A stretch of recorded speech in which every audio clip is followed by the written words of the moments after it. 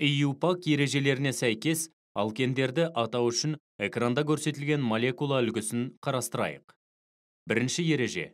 Қос байланысы бар ең ұзын көміртек тізбегін табамыз. Екінші ереже. Тізбекті қос байланыс жақын орналасқан шетінен бастап нөмірлейміз. Ең ұзын көміртек тізбегінде 6 көміртек атомы болатындықтан, ол гексанның туындысы болады. Атаудағы ан жұрнағын ен деп ауыстыру арқылы қосылыстың құрамында қос байланыс бар екенін көрсетеміз. Үшінші ереже. Атаудағы ен жұрнағының болуы қос байланыс бар екенін көрсетеді. Қос байланыстың орны ен жұрнағынан кейін қос байланысы бар көміртек атомының төменгі санымен анықталады. Төртінші ереже.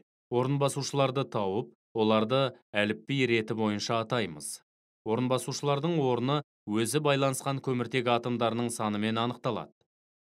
Орынбасушылардың орны мен атаулары қорытынды алкен атауының алдында айтылады.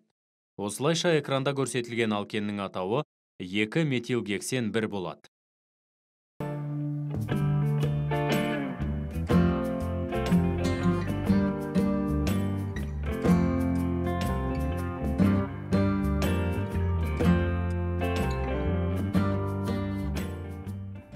Бутен бірдің молекуласындағы бірінші көміртек атомында бір қос байланыс бар. Бутен 2-ның молекулалық формуласы да дәл осындай. Алайда мұнда қос байланыс екінші көміртек атомынан кейін орналасқан. Аталған екі қосылыс функционалдық топ қос байланыстың орналасу реті бойынша ерекшеленеді.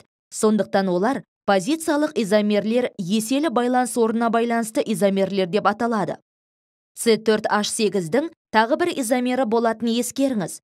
Ол сызықтық 2 алкеннің тізбектік изомері болып табылатын 2 метилпропен.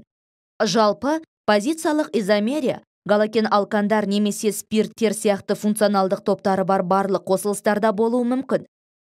Мысалы, формуласы С4H9OH болатын алифатты спирттің 4 түрлі құрылымдық изомері бар. Олар 2 позициялық изомер және 2 тізбектік изомерлер жұбын түзеді. 2sp2 гибридтенген көміртек атомының арасында қос байланыс түзілу үшін қос байланыс айналасындағы барлық байланыстар бір жазықтықта жатуы тиіс. Және барлық байланыстар арасындағы бұрыш 120 градусқа тең болу керек. Қос байланыс бойымен айналу мүмкін емес. Бұл бутен 2-ның 2 түрлі молекула құрай алатындығын білдіреді. Біреуінде 2 метил тобы қос байланыстың бір жағында, ал екіншісінде 2 метил тобы қос байланыстың қарама-қарсы жағында орналасады. 2 молекуланың құрылымы мен атомдар арасындағы байланыс реті бірдей. Алайда 2 CC дара байланысының арасындағы геометриялық қатынас әртүрлі.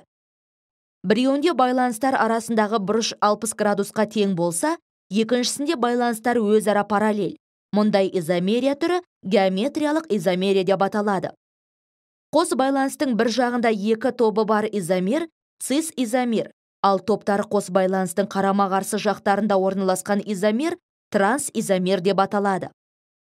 Цис транс изомерия болу үшін қос байланыстағы әр көміртек атомында 2 түрлі радикал болуы керек. Бутен 1-дегі бірінші тұрған көміртек атомында 2, бірдей сутек атомы болғандықтан, оның геометриялық изомері болмайды. Бұл атомдардың орналасу ретін өзгертсе де, бірдей қосылыс шығады. Күрделі алкендер үшін геометриялық изомердің түрі қос байланысы бар ең ұзын көміртек тізбегіндегі топтардың орналасу бойынша анықталады. Мысалы, мына қосылыс цис пентен 2, ал келесісі транс 3 метилгексен 3.